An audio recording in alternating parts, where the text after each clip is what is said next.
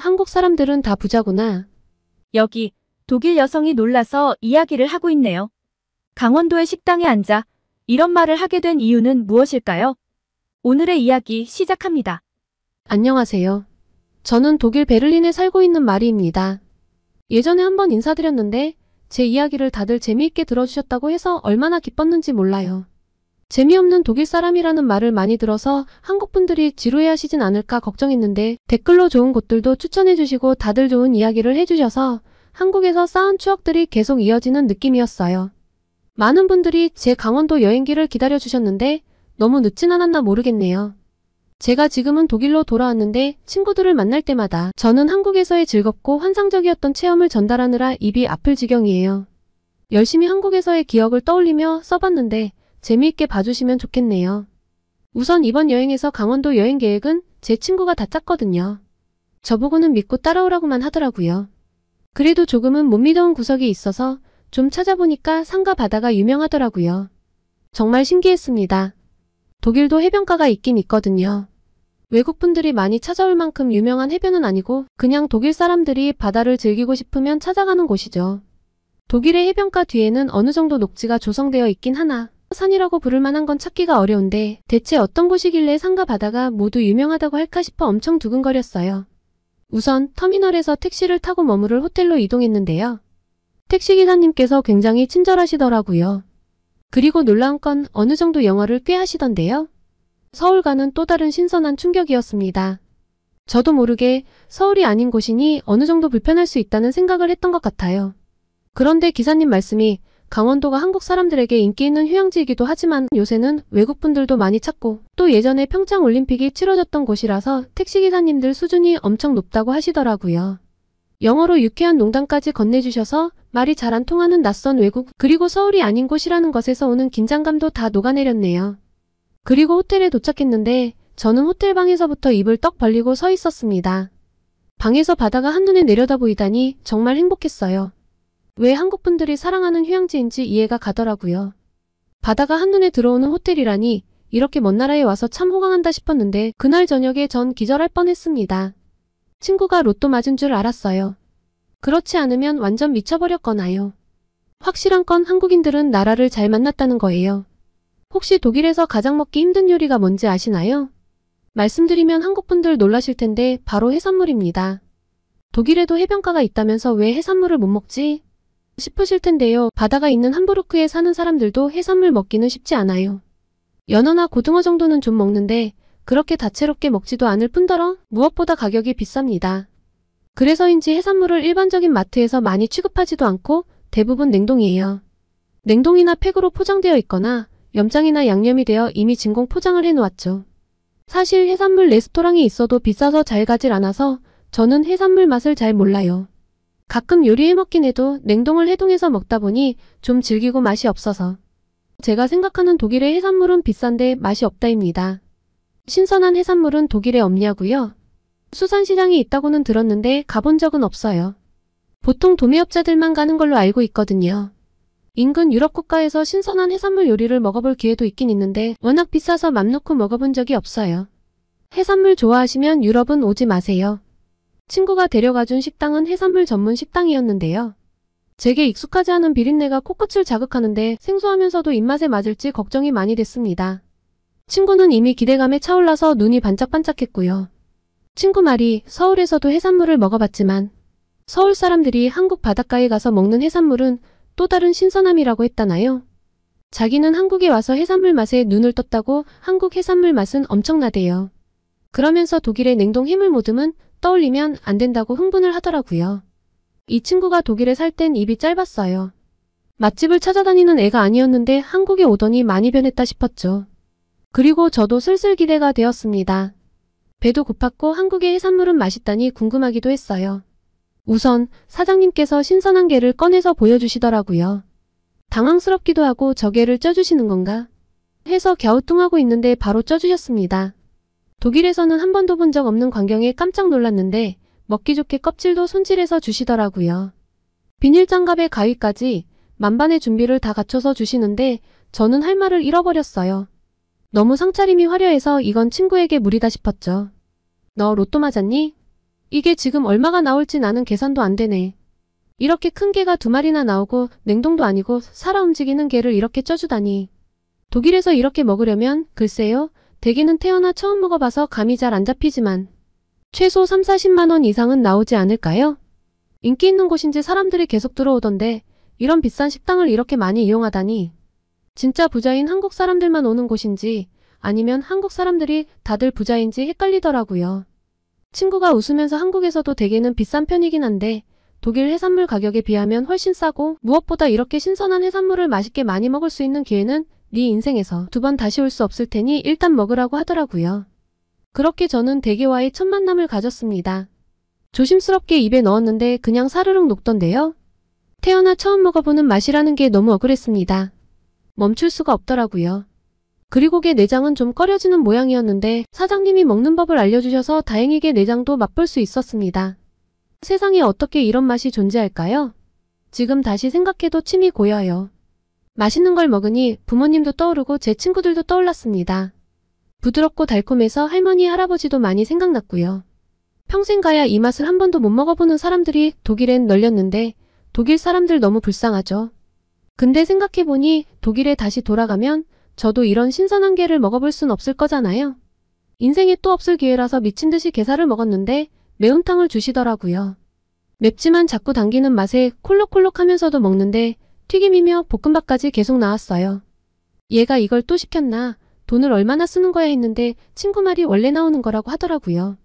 그러니까 이 식당은 코스 요리처럼 나오는 곳이었어요. 한국 사람들은 정말 먹을 줄 아는 분들이에요.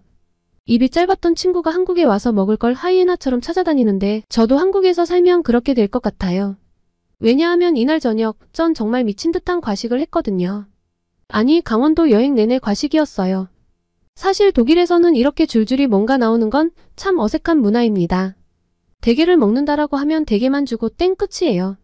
그런데 뭔가 계속 나오니까 제가 먹는 양이 조절이 안 되더라고요. 그래서 마지막 볶음밥을 못 먹겠다고 생각했습니다. 사장님이 볶음밥을 가져다 주시는데 제가 못 먹겠다고 손을 내저으니까 친구가 제 손을 치면서 얘가 미쳤나 하며 이게 진짜라고 빨리 먹어 하는데 정말 배가 터질 것 같은 느낌이었거든요. 그런데 또 생긴 게 너무 맛있게 생긴 거 있죠? 그래 내가 언제 여기까지 와보겠어? 하는 마음으로 한 입 먹었는데 그 뒤로는 숟가락이 자동으로 움직이더라고요. 친구 말이 한국 사람들은 이렇게 마무리를 밥을 볶아 먹으며 끝내는 경우가 많다고 하던데요. 한국 사람들은 모두 천재예요. 이날 빵빵한 배를 두드리며 식당을 나오며 풍부한 식재료를 어떻게 요리해야 제일 맛있는지 정확히 아는 사람들이 바로 한국 사람들이라고 생각했습니다. 진짜 환상적인 맛이었어요. 하지만 이건 시작에 불과했어요. 돌이켜보니 이게 먹으러 간 건지 경치를 즐기러 간 건지 좀 모호한데 어딜 가든 멋진 경치가 함께 있으니 둘 다 즐겼다고 해둘까요? 이후에 초당 순두부도 먹어보고 중앙시장이란 곳에 가서 구경도 하고 맛있는 것들을 먹어봤는데요. 닭강정도 맛있고 호떡도 맛있었지만 제일 신기했던 건 오징어 순대였습니다. 동글동글하게 썰려서 냉동이 된 오징어만 본 제게는 이런 요리가 너무 신기했어요. 오징어 요리가 익숙하지 않은 제게도 정말 맛있게 먹을 만한 음식이었고요. 그리고 어찌나 다들 손이 빠른지 긴 줄이 순식간에 줄어들더라고요. 먼 발치에서 보고 한국 사람들도 모두 줄 서서 사 먹는 걸 보니 진짜 맛집일 거라고 생각하고 우리도 좀 기다리자 맛있는 걸 먹으려면 어쩔 수 없지 했는데 손놀림이 정말 빠르시더라고요. 외국인들이 구경을 다니니 좀 신기하셨는지 저와 친구를 불러 시식이라는 것도 주셨어요. 돈을 내려고 하니까 그냥 주는 거라고 하셔서 처음엔 믿지 못하고 당황도 했죠. 처음 겪어보는 일이라서요. 누가 이렇게 먹을 걸 그냥 주겠어요? 한국이 아닌 다른 나라였다면 이건 강매나 사기라고 생각했을걸요? 이런 게 한국인들의 인심과 정인가 싶어서 시장 구경이 너무 즐거웠어요. 독일 시장은 어떻냐고요? 독일도 당연히 재래시장은 있어요. 그런데 한국처럼 이렇게 다이나믹한 느낌은 아닙니다. 음식은 소시지나 케밥 정도를 팔아요. 거기에 맥주나 와인 정도를 곁들이죠. 음식이 좀 더 다채로우면 베트남이나 모로코 같은 다양한 나라의 음식도 팔고요. 아무래도 독일 시장이 좀 재미없는 이유는 독일 음식이 그다지 다채롭지 않아서인 것 같아요.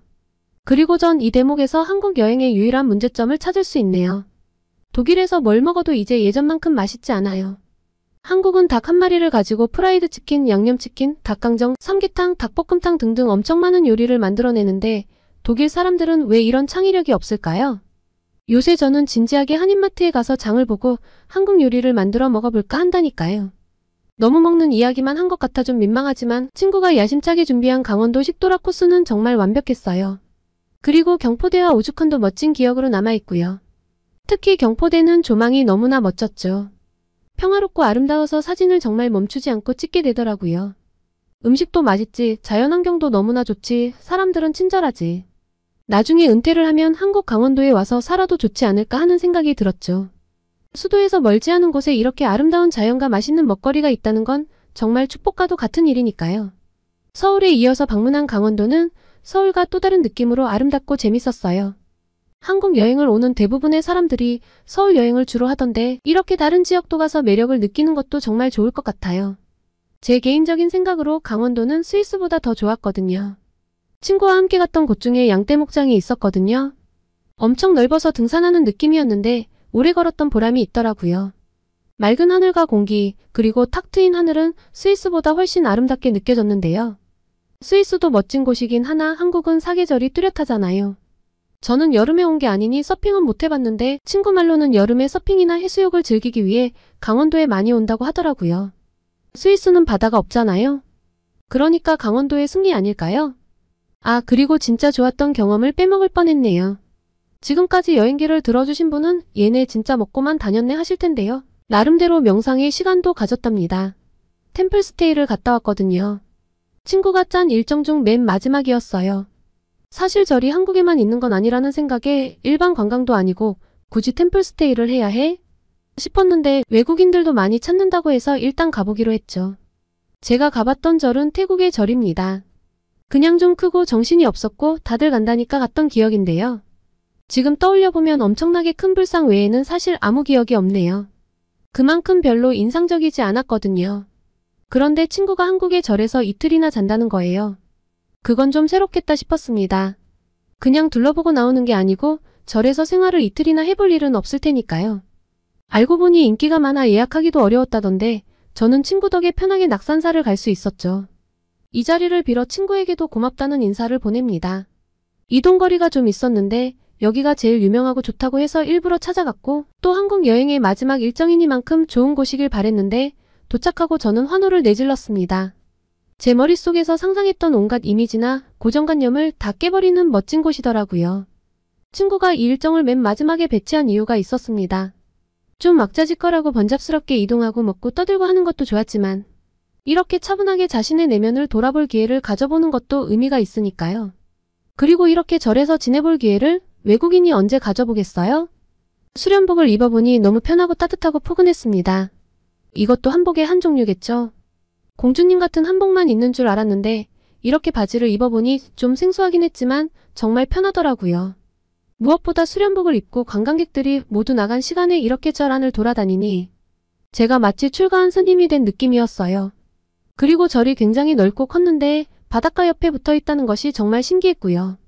그리고 이런 절의 역사가 엄청나게 오래되었다는 것 또한 감탄을 자아냈죠. 스님께서 이 절은 신라시대에 지어졌다고 해주셨는데요. 그래서 절 안에 신라시대에 만들어진 석탑이 있다고 하시더라고요. 신라시대가 언제인지 감이 안 잡혀 여쭤보니 이 절이 세워진 연도가 671년이라고 하시던데요. 그때부터 절 안의 모든 것이 새롭게 보였습니다. 한국의 역사가 얼마나 오래되었는지도 체감이 제대로 되었어요. 이렇게 오래된 보물이 세월을 견디고 서 있는 것도 대단하다고 느껴졌고 아주 오래전에 지어진 절을 잘 보존하고 있는 한국 사람들의 모습에서 한국 전통 문화에 대한 자부심도 느껴졌죠.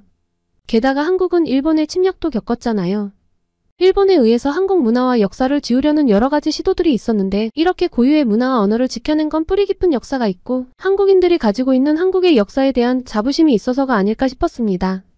다들 한국이 빠르게 발전한 나라라는 걸 알고 있고 부러워하는데 제가 한국을 여행하며 느낀 건 어떤 나라 사람들보다 창의적이고 또 변화를 두려워하지 않으며 멋진 전통은 잘 계승하는 나라라는 생각이었거든요. 그리고 새롭고 좋은 것은 빠르게 받아들이고 더 발전시키는 재주도 있죠. 사회의 구성원들이 이런 사람들이라면 정말 자부심을 가지고 살만하지 않나요? 인터넷과 TV로만 보았던 한국을 직접 와서 보니 제 친구가 왜 한국에 정착했고 명예 한국인이 되어버렸는지 정말 제대로 이해가 됐어요. 저 또한 한국과 사랑에 빠져버렸으니까요. 템플스테이 이틀간 파랗고 아름다운 동해바다와 강원도의 산을 마음껏 즐기며 자연과 하나가 된 느낌도 너무나 좋았고 또 태어나 처음 해보는 공양도 신기하고 재미있었습니다. 정말 좋았던 건 휴대폰을 쓰지 않고 말도 하지 않고 오롯이 나의 내면에 집중해볼 수 있던 거예요. 빠르고 바쁘게 돌아가는 세상과 잠시 단절된 듯한 느낌이 굉장히 독특하고 행복했습니다. 이 템플스테이에 온 외국인분들도 계셔서 잠시 대화도 해봤는데요. 이 템플스테이를 계기로 한국에 푹 빠져 한국에 있는 절을 다녀보시는 분이더라고요. 제게 한국의 전역에 굉장히 다양한 절들이 있고 특색이 모두 다르다며 좋은 곳들을 추천해줬죠. 벌써 한국의 아름다움을 잘 알고 즐기는 분들이 세상에 많구나 싶어 몹시 부러웠습니다. 혹시 템플스테이를 망설이고 계신 외국분들이 계시다면 강력히 추천드려요. 제가 제일 걱정한 건 침대가 없는 바닥에서 자는 거였는데요. 따뜻한 바닥에서 자니까 그냥 제가 시장에서 본 호떡이 된 느낌이었어요. 일출을 보기 위해 새벽에 일어나려고 했는데 정말 이불을 박차고 나오기 쉽지 않더라고요. 온돌은 불편하기는커녕 너무나 중독적이었어요. 독일에 돌아온 지금 음산한 독일 날씨를 마주하니 그때 그 템플스테이 숙소에서 경험했던 따뜻한 바닥이 정말 그립네요. 한국에서는 아주 오래전부터 이렇게 온돌을 사용해 바닥을 난방했다고 하던데 대체 어떻게 그렇게 부지런히들 일을 할까요? 그 따뜻한 이불과 바닥을 박차고 나와 아침부터 일하는 한국인들은 정말 위대해요. 저는 모든 일정이 마무리되는 날 새벽 일출을 바라보며 결심했는데요. 기회가 닿는다면 부모님과 할아버지, 할머니를 모시고 꼭 다시 한국에 오고 싶어요. 아무래도 대게를 꼭 맛보여드리고 싶거든요. 또 시장에서 제 입에 먹을 것들을 넣어주던 한국의 인심가정도 꼭 보여드리고 싶고요. 그때는 제가 가이드를 할 수 있어야겠죠? 그래서 생활 한국어를 조금씩 공부하려고 해요. 꼭 다시 올 수 있길 빌며 소원을 이루어준다는 해수관음상 밑에 두꺼비를 만지고 왔는데요. 늦지 않게 다시 한국에 방문해서 다 경험하지 못한 한국의 멋진 모습들을 더 만나보고 싶네요. 한국이 몹시 추워졌다고 하던데 다들 감기 조심하시고 제 한국어 공부도 응원해주세요. 언젠가 다시 방문할 한국에서는 영어가 아닌 한국어로 인사드리겠습니다. 오늘은 서울에 이어 강원도를 친구와 함께 여행했던 독일 의사의 사연이었습니다. 오늘의 사연 어떠셨나요? 오늘의 사연이 마음에 드셨다면 구독과 좋아요를 눌러주세요. 여러분의 구독과 좋아요는 계속해서 좋은 사연을 소개할 수 있는 힘이 됩니다. 이상 감동저장소였습니다.